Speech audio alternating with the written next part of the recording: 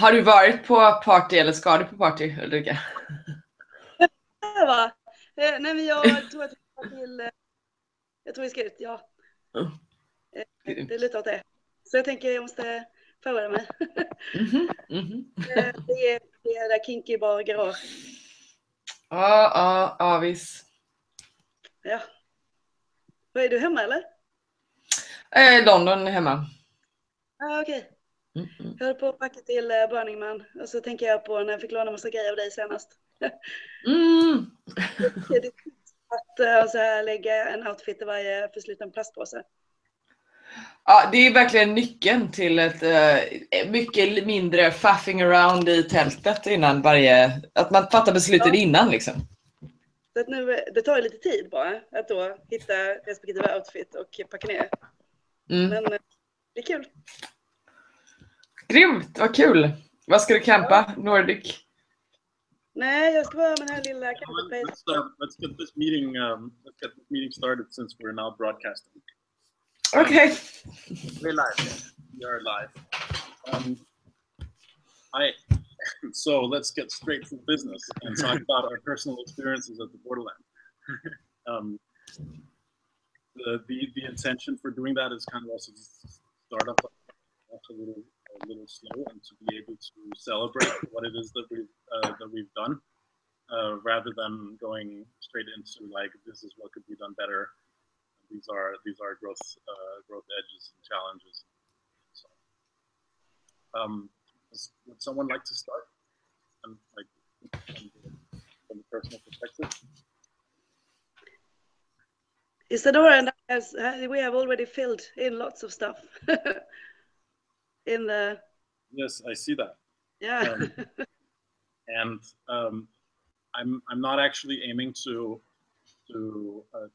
gather a lot of data here. Just have a check-in. So okay, like a minute or two per person, and move around who's here. Okay, yeah, I can start. So, but more on the personal level than the structural. Because like you could also how you experienced it. I experienced it as like really like all top professional, much more professional than I expected it to be. I expected it.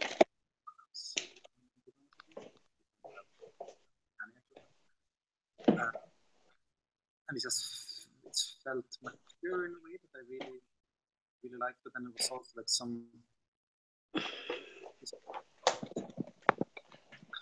It's like just me missing the old people, but like we have to realize.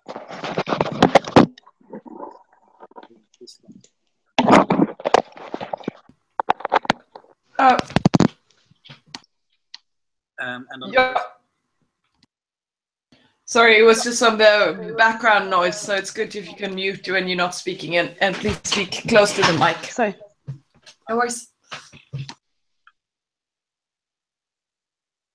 And yeah, on the personal level, I felt that I was focusing too much on the projects that I had planned during the year instead of focusing on the projects that came to my head during the event. I think that next year I will keep the week as free as possible to be able to not try to fulfill the dreams I had like half a year ago, and instead try to fulfill the dreams that just came to me that morning. I think that would be like personal learning. Yes. Yeah. All right. On my part, I also felt like no, I'm speaking there. Yeah, otherwise they would have been here. This one only hears me. On my part, I feel like a little bit of a professional or an expert at Borderland, and I don't like that. It's a little bit too like there with the responsibilities that I took. I found it hard to strike a balance where I could like go out and get lost, and so I didn't experience quite the same magic as I usually do at the Borderland. But on the other hand, I just did get a whole lot of other challenges that were very useful to me.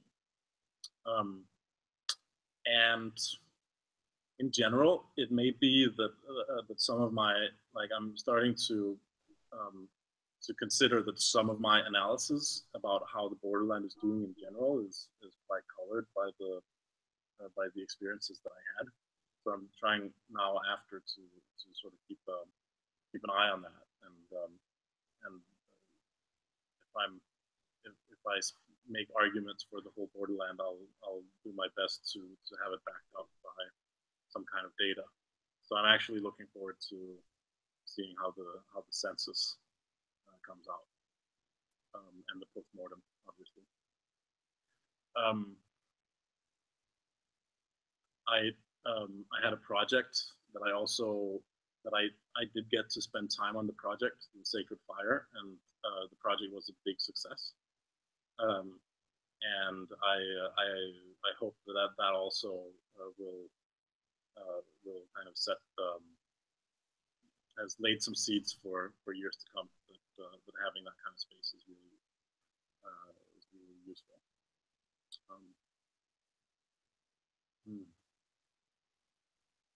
I feel like I've decompressed now, but I'm still integrating.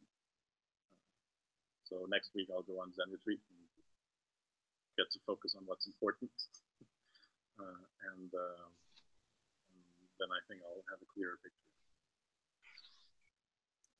Oh, Isadora, could you?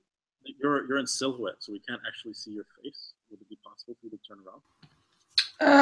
It should be on. Don't know why it's not on. No, it's because of the light is coming in the background. Aha! Can maybe move. This might be better. Now we can see it. Yeah. Okay. Great. Okay. Yeah, I kind of recently got back. So it's been a long ride.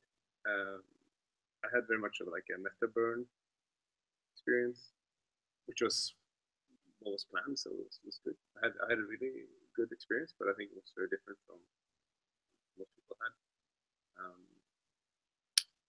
I think I only had like one. It would have been better to have the mic on the computer.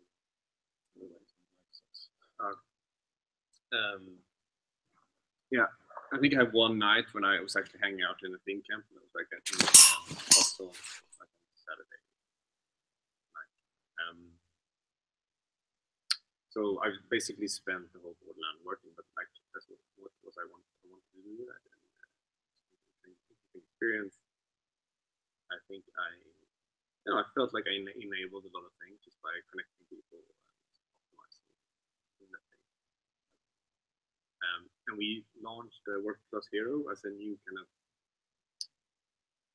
camp / infrastructure service, and I think that was like it was really fulfilled like a need. Like there was like hundreds of like mini missions that we were doing, so like everything fixing people's cars and sending out a lot of tools. And of course, like the whole fire safety thing, building the fire truck, and organizing the burn itself. That was kind of that was a really nice time. That was like my personal sort of experience, just playing around with axes on fire. That was kind of like my playtime.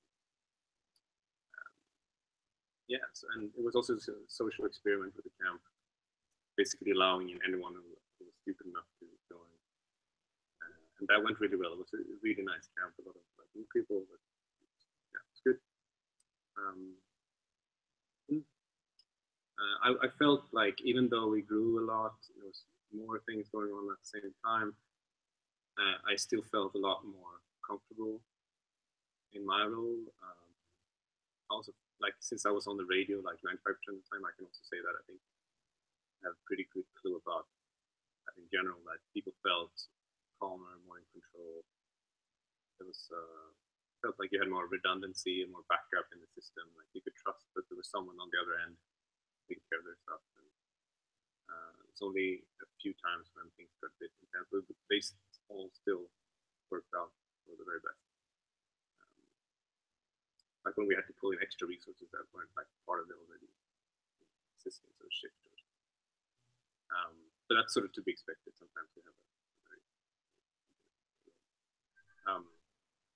yeah, there are things to optimize, of course, but I'm happy about the year, and it seems like people have had a good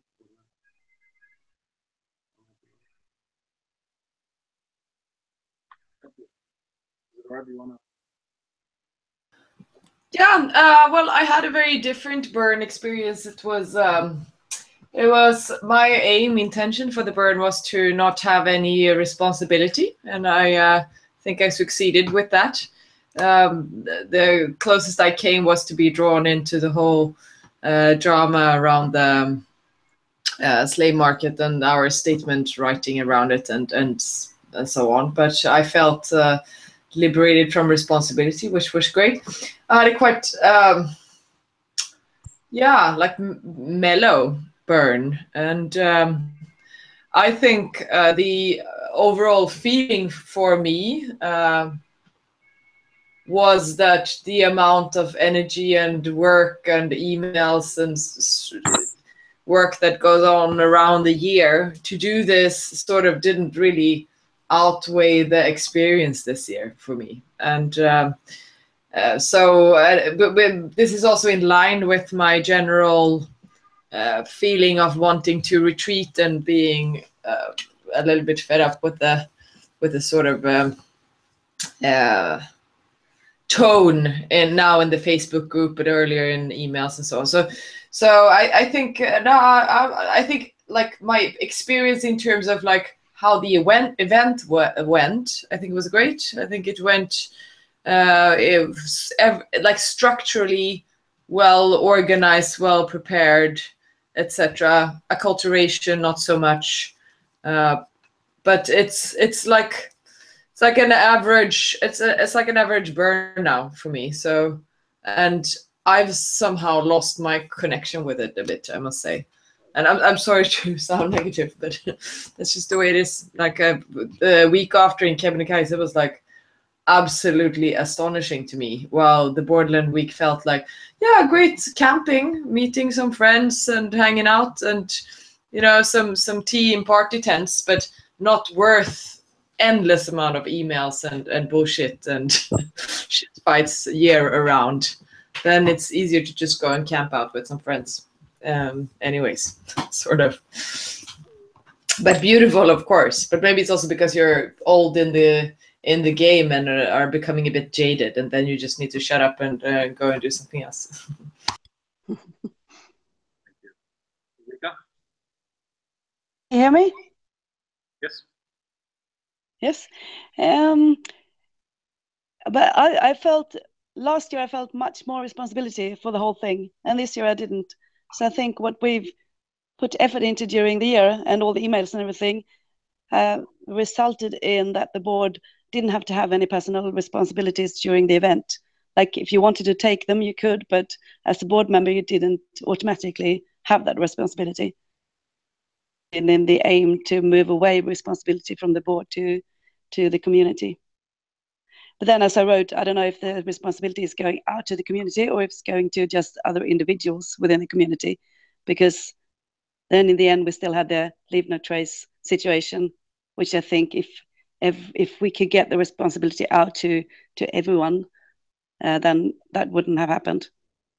But I had a great Borderland. It was fantastic. It was a bit tough with the rain and our big tent. And I'm very glad for the working class heroes that we could come in and borrow stuff when it sort of almost fell apart and then was raining. But QQQ was a good camp and we had lots of fun, and I was very happy doing my Lingonberry Girl project. And I enjoyed, we had this crazy Italian restaurant that was also so much fun. Though that there were not so many like huge arch projects, but I thought there were other initiatives that were, they came up because we made it bigger. So I think the Foxhole was a great success, as well as the Kashmir Bazaar. It's fantastic. And for it felt like a big burn for the first time, which meant that I didn't have to plan anything. I could just go out and then things just happened. I didn't have to look at a schedule, what was going on in the space. I could just walk and magic things just came to me. But in the same sense, I agree that maybe a bit of the Borderland soul is gone. And I don't really know exactly what that is, but I could still feel the intimacy, but it was more spectacular than intimate. Thank you. As I'm hearing all of this, I'm like all these more additional thoughts and analyses are coming up for me that I would love to speak about. I'm pretty sure that we all have tons and tons of that, and Ulrika and Isadora already wrote down their thoughts. Well, maybe not most of them, but some of them. And so I'm thinking that that maybe, since the next point is board input to post-mortem, that I would just like to extend an invitation for all of us to give some general input and kind of solidify that into a document of our perspectives on where the borderland is and where it's going. I can write up some guiding questions for that if we want, and then we can add that to the borderland. Sound good? Maybe it could be an idea to also extend it to the larger community. Those who want to. Yeah, we just have a collective document. I don't see any problem with that. Could you speak a bit closer to the microphone, please? Maybe. Yes, good.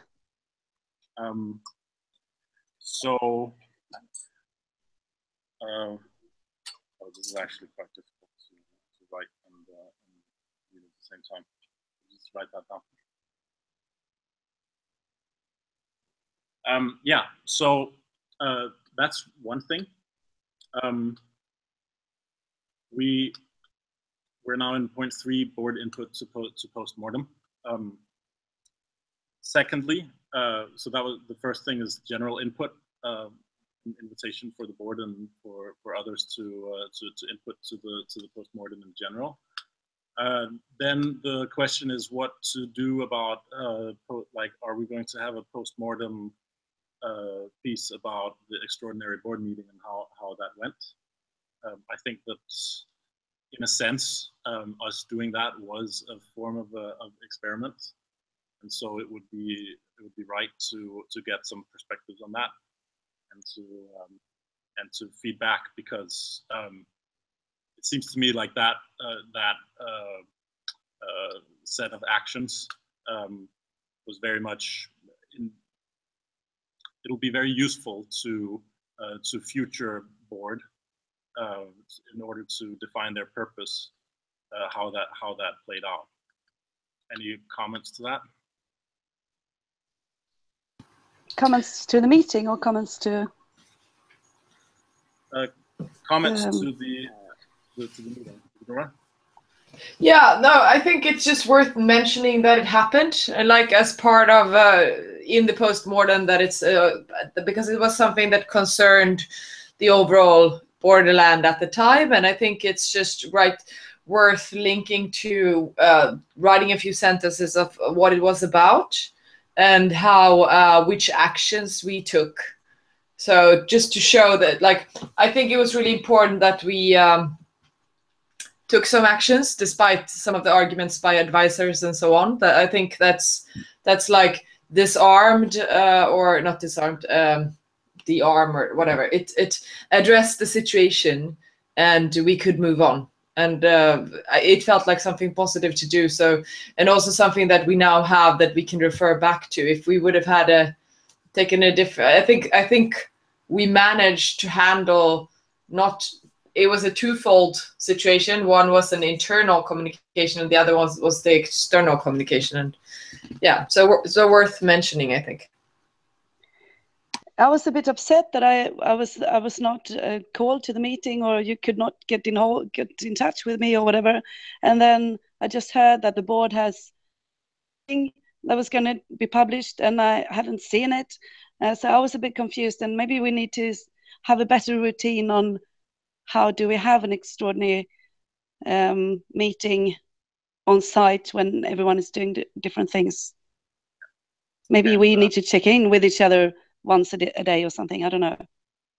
Yeah, absolutely. And I agreed with what was written in the end, but when I didn't know what was written and people starting to ask me about it, and I didn't even know that the board had a meeting, I was very confused and a bit upset. I'll take that one on me because I was the one biking around trying to gather advice and get people together, it was a highly stressful situation. Yeah, I understand that. Yeah. But I would still like to apologize for not being able to include you better.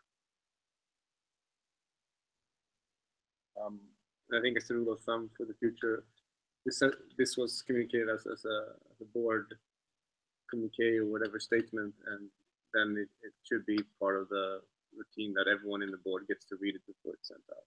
Yes, exactly. That should be like, yeah. Okay. All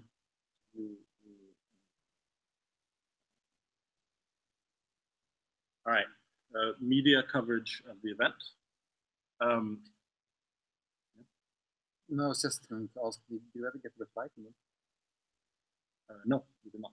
So, so just to take that from the top, we've, to the best of my knowledge, we've been covered by the media in 3 instances. Once was the Afropunk website, and I believe I heard at least that there was one other such blog that it was published to. They posted a highly critical piece on us, which was the trigger for us to have the extraordinary board meeting and to formulate a response. We sent out the response and we never got anything back from them, and there was also no further action from them. Secondly, there was the piece that the local TV station did on us with Hele Melling, who had not slept for 3 days and then escaped to Sweden. And they interviewed me on Saturday morning. I got one statement that was actually put on the air saying that we take complaints very seriously. And in order to live up to that statement, I and Neda put together a gift basket with a book with about 21 apologies that we gathered from the community, and made it quite nice. There was a whoopee cushion in there and some garlic and caramels, and so that will be sent off tomorrow. And then finally, there has been a column by Niels Jespersen, who's a column writer in the Danish newspapers, in Information, which is a left-leaning major newspaper, which is primarily about who gets to define the context around slavery, whether it is the people of color and the constellation around them, or whether it's whether the BDSM community has something to say to it. And it was I felt like it was very even treatment of the borderland. Any comments to media coverage that we want to bring in here? Isidora? I think it was absolutely crucial that we had a Danish spokesperson. That's worth noting for the future. Also, if you've looked at, for instance, the articles or interviews that is on Peter Mulvey posted under Gustav's post about moving the Borderland. There is an example where they're interviewing into the factory about being closed down, and I think that's an example of not so well handled media. And I think you did a really good job, Brooks. But it was important to have a Danish spokesperson, and good to have some reactors prepared, and also very important to take this seriously. And like, it's something that can often, if you don't put out the small fire, it escalates. So I think it was handled well overall. On a general note on like media and maybe relationship on a general note with media, local relationships, there's also like an ongoing debate like in Rödvik, in the local newspaper, where we're also receiving quite a lot of support, primarily from like merchants, but also just citizens thinking this is a good thing. And so I think that's something also we could think about, maybe even consider writing a sort of a something for the local newspaper, just to comment, add something to that, to be part of civic responsibility, and also thinking about the legacy for the future of Bostad as an event site, other festivals, even if we move. That could be interesting. Cool. So next point, D is liability.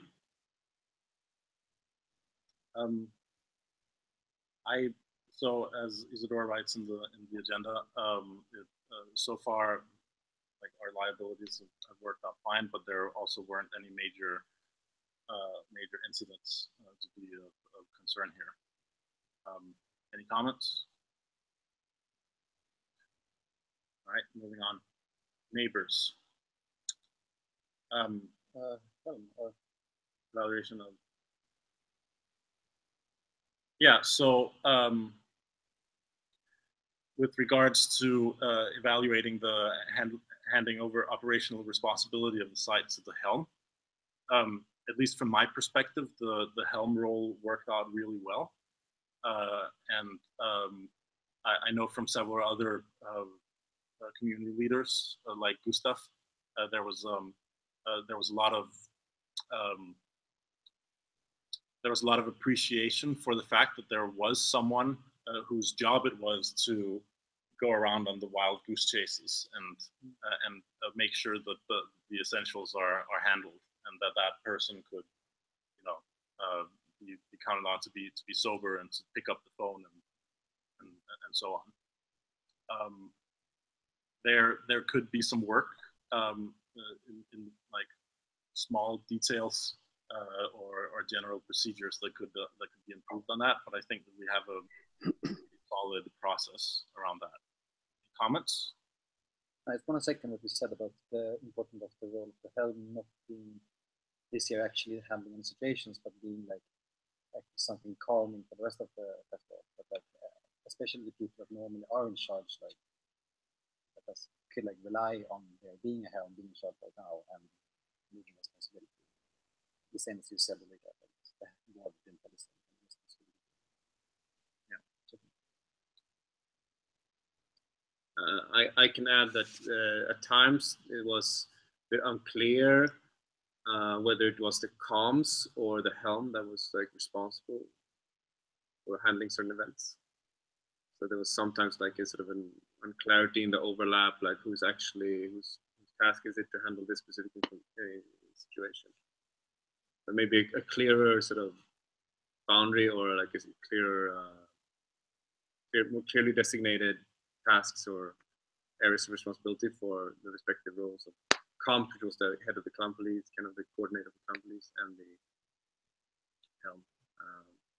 I would also add that I mean, I had this sort of like meta helm position since I was like present throughout the whole event on radio, and so I could listen in. So there's also sort of a mix. I do think that some situations that I could handle would have been quite hard for a helm that had just come in and not been present the other days just to handle. So I do still think there is it doesn't solve everything to have this rotating thing when someone just comes in for 12 hours, 24 hours. You do kind of need. Hello, sorry for being late. Hello. Hi, Louis. The closing took a bit more time. but it was certainly took off. It was certainly great to have a helm. It's certainly that's a great position for solving the maybe more minor issues coming up. And that takes off a lot of load. Okay. So Chris Kumstead is going to write the feedback on for the postmortem for the helm, and there is of course also opportunity to put an input to that. Next point is neighbors. Sorry, I just want to add one thing on the helm. I think it's really ideologically important to have the helm outside, as to have helms outside the board, and it's the way for us to really walk the talk and put the teal theory into practice. Because unless we do that and continue to just take care of everything ourselves, then we're not really going teal. So I think, I mean, in a way, great to have Hampus there, sort of a year with handover. But ideally, we would have a situation where this thing is like spread out over the community, and people are stepping up and taking various kinds of accountability for things. Yeah, I agree on the ideal, like on the idea part, but in practice, especially as we're continuing to grow and we're adding more and more complexity and entropy and stuff into it, I think that would be hard to really do in practice in a good way. But I'm all for aiming for it, striving for it, but I don't think we'll be there next year or the year after that in terms of in actuality being able to hand everything over like that. And well, maybe, but yeah, it's a good goal, but I don't think. So moving on, talking about neighbors.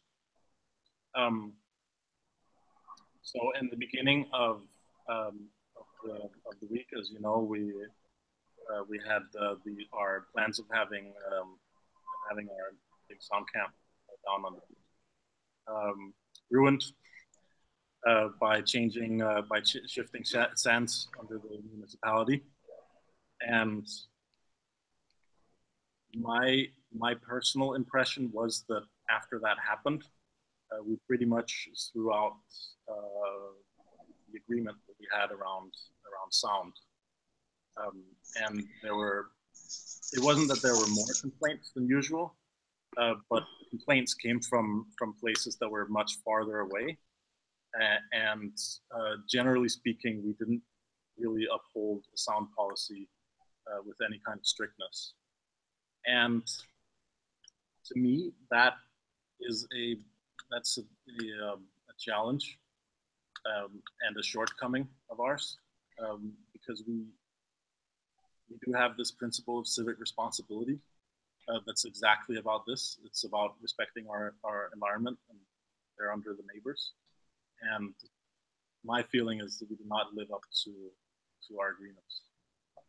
And so I don't want to, I really don't want to assign blame in this situation. I just want to express my desire that moving forward, we be careful about the agreements that we make. And when we make an agreement, we stick to it or we renegotiate it face to face. Any comments to that? No, despite that, I agree with you. We did not do so well this year. Yeah. No, There were many. But it was also a consequence of the municipality changing the agreements over and over again. And Yeah. when we moved the beach, which was kind of like our outlet, like our safety valve, kind of pressure valve, and forcing us to move to the heart, that was kind of, in a way, that then we had to use the heart as a pressure valve, which in turn was the generator of most of the complaints. There was very little, there was actually we couldn't even hear the festival most days coming from the big crossroads and like the closest neighbors. So all the complaints were generated from Red League, which was expected because that's the area closest to the park. So in a way, it was the municipality forcing our hand and making us regenerate. Anyway, we could have been very strict, closing down everything at like 2:30, not having any music until Wednesday, but then that would have opened up a whole other realm of problems within our community. So it's like it was a balancing act. But there was for sure a couple of days incidents when Kashmir Bazaar were playing until 9 in the morning and one night or something. So it's like we could have been stricter in enforcing. Yeah. There was also I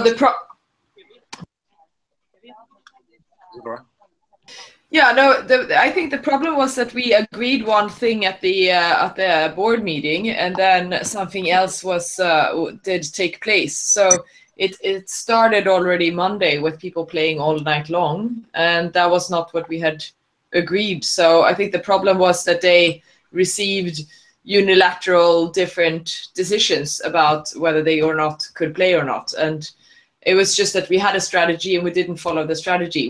Now we know what happened with whatever happened, but we don't know what would have happened if we would have followed the strategy. But I think it was a problem that we didn't do what we had agreed to do. Then in the end, in the end, what does it matter? But it's good if we agree something, if we can stick to it. Yeah, especially we communicated everything to the sound camps and had even a meeting for that. So we did that part. The thing I think we did not so good maybe is that we kept our word during the week and went to talk to the camps when they actually played longer than agreed. But before that, I think in the process we actually did everything needed. We just didn't stick to the word during the week. Well, yeah, we didn't enforce it. We didn't physically go to the sound camp. Exactly.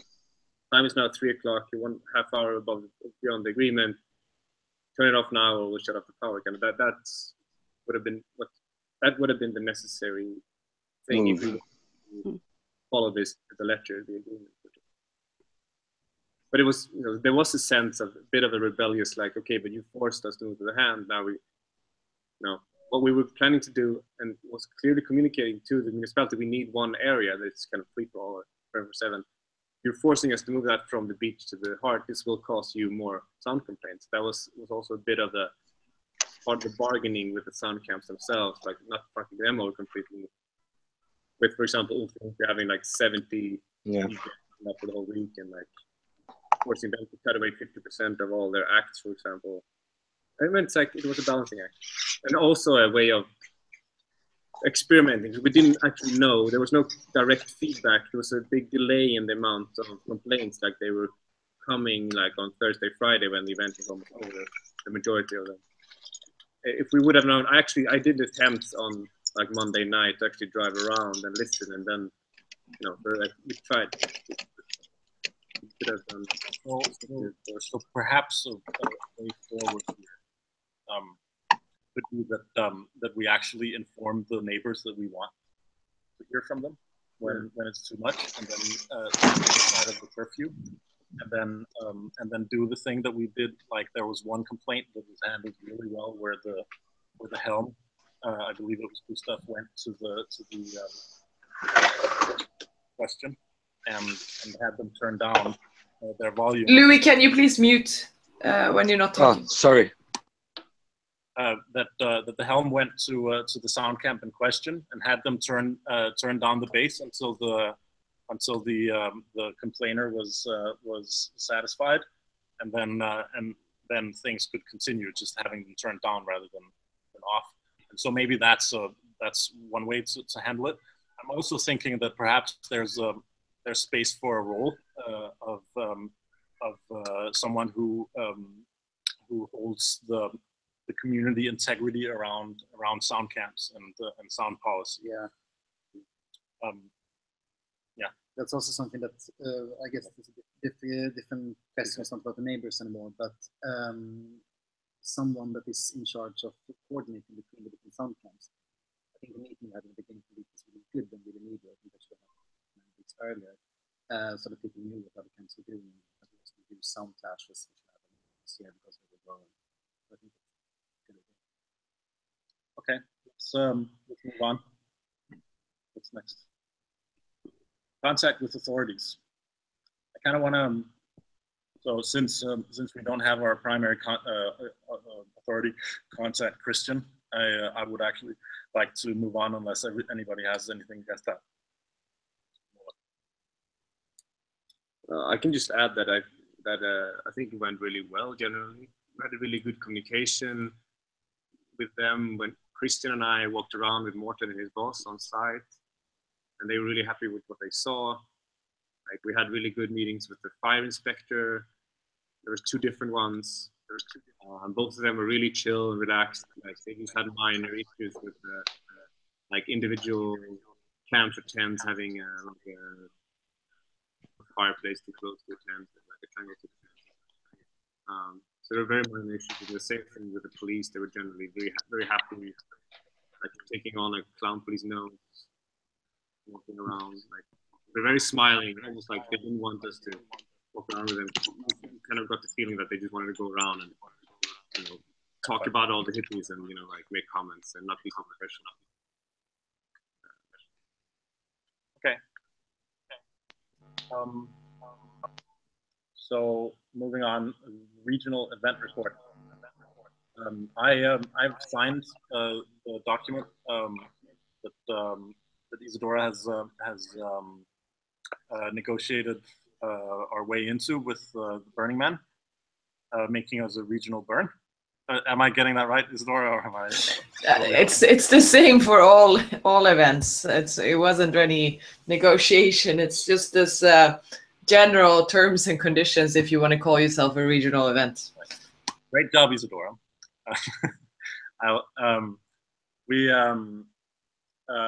So it's a long document. I'll be sure to post it, and then we have a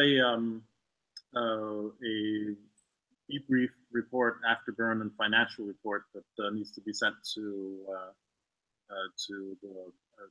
Burning Man regional contact, I guess, and I'll probably need some help doing that. I don't quite know what it entails, but I'll take lead on that. Well, I've always done it in the past. Sorry. I've always done it in the past for all the previous events because of the regional contact role. But now, since we have 4 new RCs coming on, I think it would be good if they do it to start to get involved when they're launched. That's great. If it's possible, during the process, I would love to get involved or just be part of it, just to see and learn a little bit. All right. Good. So the next point here is just to mention any open processes that we have happening now. One such process is Gustav's process around the possibility of moving the Borderland next year to Smyrien in Gotland. I don't know if we're gonna like totally open that can of worms now. I don't feel like we actually have time during this meeting, so maybe we'll defer that to the next one. Maybe there'll also be some more information at that time. So just to mention it now. The other process that sorry, just want to say something. Isn't that a question for the AGM, whether to move site or not? Possibly, yeah. Mm. But again, I want to I think that it's a really big topic. Yeah. And possibly one that's that can be met with a lot of difficulty. So I would like us to defer it to next meeting. Next, I can also mention that that I'm in the process still of building the reality page along with lots of good people, Hui, Gal, or Eileen, Andreas, and a few others that I think will really solidify some of our learnings this year about building structure and do so in a sealed fashion. So I'll be sending out information about that within the next month or so, about how to propose to do that. Isadora? Yeah, the other one was this thing I sent out around culture that some people responded to, and sort of the need to, maybe it's leading up towards the planned evolutionary purpose. I would just like to have some clarity on, are you taking the lead or that, or is Matthias and Peter Muntekas working on it, or what is the process around Borderland, basically, and what it is, its evolutionary purpose, and where can that culture discussion fit in? Yes. So the event or movement in question was one that, myself and Matthias and Peter Muntekas have been doing for the last year, which is it's in a sense a mini version of what we did during the first Seal weekend in December, which is it's a workshop that goes through bringing up and embodying and exploring our purpose for being at Borderland, or being part of the Borderland, and then goes through the process of re-prototyping. And I've had it twice at the Node, and Peter and Matthias had it also at Carlsberg, which I was also part of, and theirs was really good. I felt like we would have some benefits of doing it at the Node, and I actually feel like it's a very viable way to acculturate, especially towards the Borderlands core purpose of being prototyping. However, my personal experience is also that I've met a lot of obstacles in trying to put it on for myself. I didn't have the energy to hold it on my own. I still think that it's good. It's a good thing to explore, and hasn't yet seen the light of day. So it's a possibility to move that forward and to evolve it into something that spread further. Okay, but nothing concretely planned. Basically, there's been some things in the past, and there are, you, Matthias, and Petra have been doing this in the past, but there's no clear plans for the autumn yet. No. And no plans to plan something so far. Well, related to that is an intention that I still have to lead this year out. Another weekend workshop for anyone who might want to take part, and the board is obviously count me in with any help I can do if that happens. And thank you. And the way that I'm envisioning that right now is that it will happen sometime before the AGM, so that the results of that weekend can feed into that.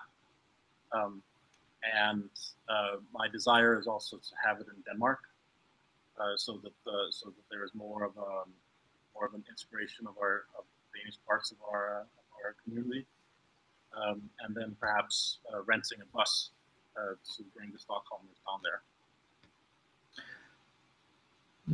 Well, I mean, fuck yeah. Like even though there's the majority of the borderlings are based in Denmark or Sweden, we also have a substantial amount of borderlings who are spread out in other places. And I would feel like this discussion about or this process, I don't know how many have participated in the workshop you previously hosted, but it would be great if there's some way of increasing the inclusion. So because it's it becomes a little minority that really takes part in this. And I think that it would be nice with a sort of a big listening to bring in the perspectives of the community before or have a working group come up with a suggestion and send it out for review through newsletters repeatedly, etc. But if we really want to be inclusive and be teal, etc., I think it needs more than the usual suspects at the node or maybe in Denmark to really, for such an important thing as, you know, we might need to reach out individually to camp leads, to others, to really make sure that people are included, because people miss out, and especially now since people have sort of muted the Facebook forum. What would that output be? Sorry, I didn't hear you. Now, what would that output be? You see, like you said that you want to international people to be able to get their input on this. What would that input be? I can't hear anything. He's asking for the output, and I think this is relating back to an old process to rewrite the bylaws that at the moment only state that the Borderland is an organization that is an event that follows the 10 principles. But that doesn't give us much guidance when it comes to moderation of the Facebook community, where to go in the future, which site to pick, etc. So in order to really nail some of this, what the Borderland is, that is different from, you know, Midburn, Burning Man, or all the other events, Kiwi Burns, that also follow the 10 principles, sort of outline what is the Borderland, what is the Borderland culture community, in order to have something to guide us better and guide the self-leadership better. Because I don't think the 10 principles works as and it's not enough as an organizational purpose, evolutionary purpose, to base teal upon. And I think we have some clear examples of that going on in the community at the moment. Was you thinking it as a written document to rewrite bylaws? Yeah, there are some pieces written up already. Chris wrote something on the teal weekend. There's also other bits and pieces of these previous workshops. But I see it as we need to have a very inclusive process where the community is invited to have a discussion about what the board, discussion is maybe not the right word, but to be involved in a process where we outline what is the Borderland beyond an event that follows the 10 principles. Or if we can't come to anything else than that, you know, like, is it an event in Nordic countries? Is it an event in, I think there's something that's with the questions that have arisen around acculturation and around communication. We need something that guide a self-organized organizations as ours. Can I comment quickly on that? I feel that the workshops you were putting together with us and Matthias did not produce any written documents or anything, and I think that was a pretty good strength. And I could see the role of these workshops as a way of, instead of writing down a culture and writing down a purpose, fostering a purpose and a culture, that doesn't necessarily have to be put in black and white. Of course, we can do that as well, but I think the main focus when we speak about acculturation should not be to produce a new set of guidelines of what the Borderland is, but instead these kind of events so we can explore what they can mean, if you see what I mean. I think there may be a little bit of cross wires here. Yeah, because we went straight from the acculturation processes and the particular workshop into my description of the workshop, who's a long, big workshop, purpose of which would be to sort of guide our path forward as a community together. And that is a very different beast, even though they're somewhat ideologically related. So I hear your concern, Isadora, and I'm definitely on board with wanting to widen the net and get as many perspectives on the table as possible, and possibly, like maybe during this this weekend that I'm proposing, maybe we can actually try to get the technology working so that some of the breakout session can be attended by people elsewhere, and it may be that we'll need to get some resources from the Borderland coffers. I guess that'll depend on how the budget looks.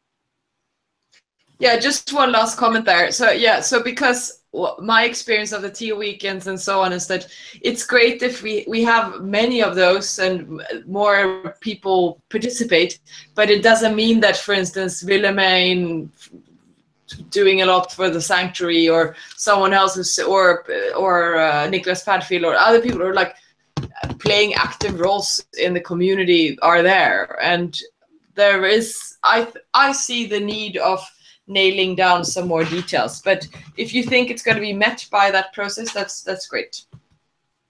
Well, I don't know exactly how the process is going to look. I can just say that I'll do my best to make it radically inclusive. Okay. Okay. All right. So that brings us to clarifying timeline until the AGM and setting intentions for that timeline. And so, as I mentioned, sometime between now and the AGM, I would like to do this this workshop. What are the constraints around having the AGM in your view? Like, is there what is the earliest that we could do it? What is the latest that we could do it?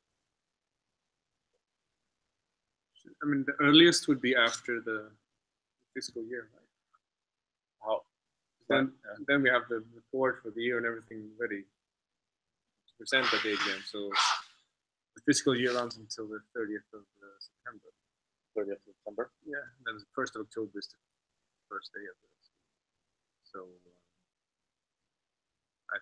yes, so that would be my take on the earliest date would be 1st of October. Technically. Okay. And what would be the latest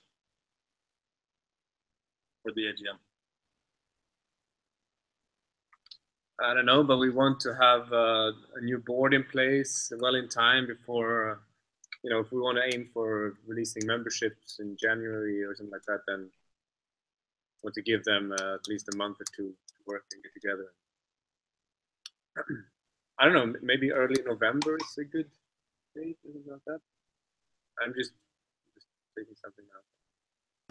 I think earlier would be better to like bring them in. I mean, as soon as we've wrapped up this year, the financial reporting, of course, we just have to wait for it. But like all the other initiatives that people in the current board are involved in, we can all just continue to do that, whether we're being the board or not being the board next year.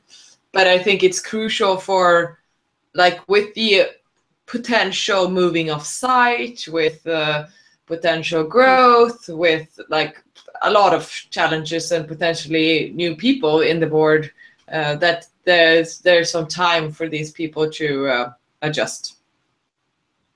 We're doing the after. The sooner the better. So I don't know, maybe it's a bad idea, maybe it's a brilliant idea, I don't know, but could you do an AGM afterglow? Are you doing a week this year?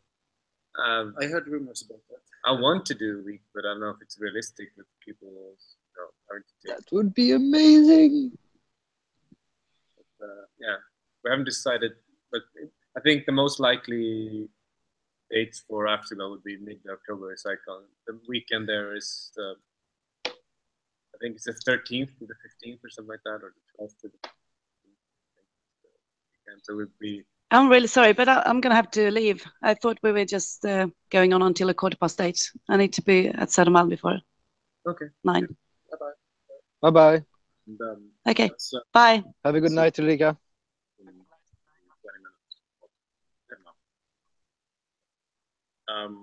Okay. How long was the AGM last time? 3 hours. Enough? 1, 2 hours? If it's just like a couple of hours, I think we should do it at Afterglow. I think that would be great to not do it as a kind of like a meeting that you need to fit. It would be great to do it at Afterglow, to not do it as a kind of meeting that you need to fit into your regular work schedule, but do it as a part of a burn, because this is a burn, and I feel like sometimes we bring the organization around the burns way far away from the burns. So the idea there is, I can keep it in mind. Yeah, I can see the advantage of doing it that way, and like it breathes some more life into it. I guess the problem is that if it's done at an event that is geographically locked, then there will be a like that's. I'm wondering if there's a democratic problem in that. Yeah. but we will still like do some kind of Google Hangout thing like we did last year. Right? Like I was partaking in the meeting last year, but I wasn't in Stockholm. Okay, we can consider that, and we can get feedback from the greater community. Okay. So that's a possibility. I think that that would also, that if we're having it sometime in October, then maybe very early October would be a good time to have the weekend. So, okay. I think, are there other points to the timeline between now and the AGM? Yeah, the NomCom, because that's the time critical part as well. So we need to have criteria for the NomCom as soon as possible, so that we can then start a process to find a NomCom, because then they need time after that. Don't we have a NomCom? It's different every year.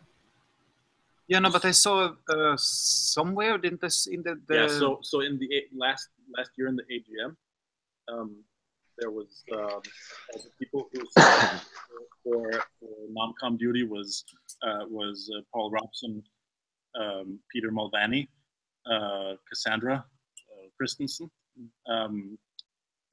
Conrad Leffler, and also Odin Lobel and Jesper Leifjord made their interest indicated. And so we need to check up with those people and see if to what extent they're still interested in doing that work. But then there's the matter of giving them criteria, and I'm not entirely sure like what right we have as a board to give them criteria. No, this is also a question. But last year we just stated that we had an extraordinary situation, so that's why we said that okay, the board needs to write the criteria for what we need because of the extraordinary situation. But of course, in terms of like power, the sitting board should not write the criteria for the NomCom, because then we could opt towards people that would favor to choose us again, and then just continue to be in power. Like the more, yeah, in my view, the more fresh blood we have, the better, and but also successful integration. So actually, people who participate in the meetings and take part of them, and not just people who are elected into the board and then don't participate in the meetings, because that's also just a waste of seat. So maybe there's. I'm wondering if we should have this discussion more fully, because I'm not feeling like this group of 5 is good enough. No, maybe write something to the community, like how do you think we should come up with the criteria for the NomCom, and maybe we should open up a question. I don't know. Okay. Advice process.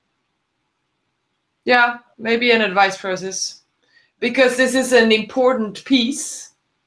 Because this is really, really where power can be abused or or preserved, or you know, if we would pick a nom-com that would Yes. favor us, that would be problematic. It's also a question of it hasn't really been utilized so far, but there's also the very real possibility of presenting your own, nominating your own board. Like there could be competing suggestions for different boards that are then put up for a vote. Until now, this has never really happened because everyone has always been sort of fine with the nom-com suggestion, but we have within our bylaws the possibility to do this, and maybe this is the year for the first time. So we could also, I think we could, like competing nom-coms.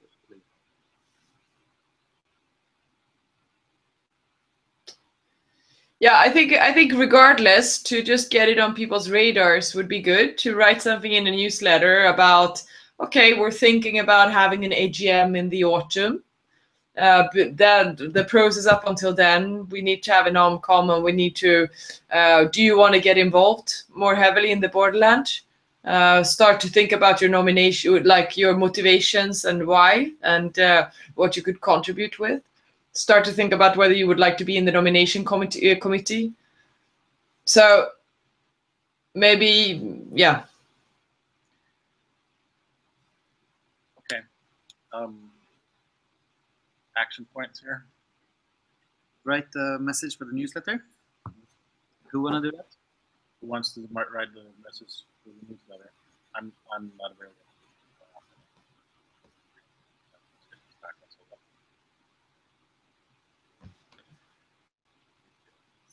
I can write a proposal and then send it out to the board list, and if people agree. Great. Good. Happy to input. All right, so let's wrap this up with some appreciations. And so I'm wondering if there's someone in this group who would like to appreciate someone else in this group for something they did, or what kind of person they were at Borderland, or what kind of chocolate they gave them for feeling sad. Thank you very, very much, Hampus, and everyone that stayed so long at the Borderland this year to see that we stayed for our word, for the surrounding and everybody else to see, and took all the shit that we left together. I'm really thankful for that. But I mean, like I wrote a note in the post, we were also dealing a lot with our own massive amount of stuff in our camp. So the majority of the legal trace work that was really done by Andreas Wolf and Peter Melvin and that. Well, you're not going to get away with that. Yeah, you're not. I want to appreciate you being the spider in the web that's sitting in that there. You're a very inspiring person in many ways. I really want to appreciate you, Isadora, for your courage in not taking any responsibility and removing yourself from the role as the spider in the web. I think that's really admirable, and I really became a lot of inspiration to see you being able to distance yourself. Thank you. I was actually going to show appreciation for you for stepping up and taking responsibility and really like taking on the full board role and getting involved in lots of processes and yeah, getting really deeply involved and doing lots of things and also plus delivering, like doing the art at the Borderland. So really fully 100% engaged in the community.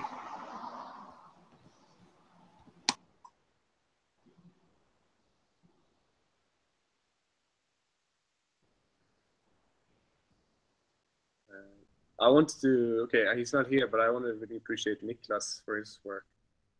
He was doing a lot of good stuff, and it felt really good to have him on board. And he was one of the reasons why, you know, it felt much sort of easier to yeah, take a step back and stuff.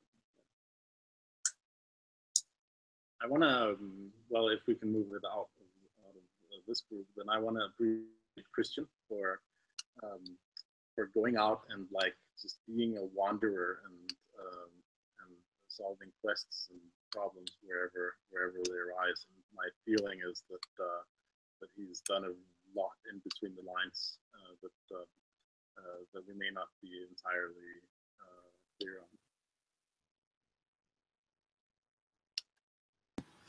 Agreed. I also want to appreciate you, Brooks, for your constant energy that you keep pouring into this, and I think you really handled the media work really well, and I also think you struck the balance at the event in terms of your role, and you didn't get, it's not like that burn when you were trying to hunt down a dome canvas for the entire burn.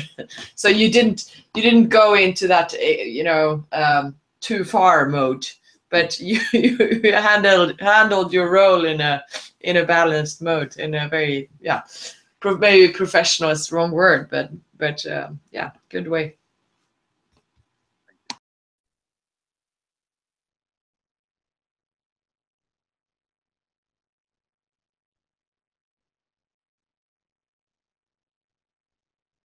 Louis, I want to appreciate you for spontaneously inserting joy and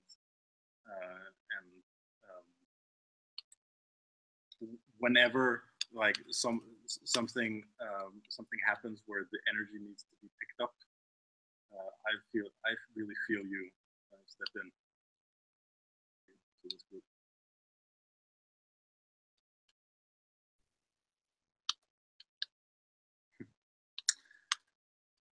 Okay, thank you for this meeting. I'm gonna go down to free flow now, and yeah, I feel like this was productive and had a very positive angle on it. And one of the things that Raspa said in his email about how to do post-event was that it's really important to celebrate. So let's just keep that in mind as we're doing this post-mortem. Mind has a tendency to overemphasize the negative, and we want to also be able to tell the best possible story about what happened to ourselves, so that this all becomes meaningful. Maybe you can. I'm suggesting could be kind of like a appreciation dinner or something at the node within the coming month or something, just for like camp leads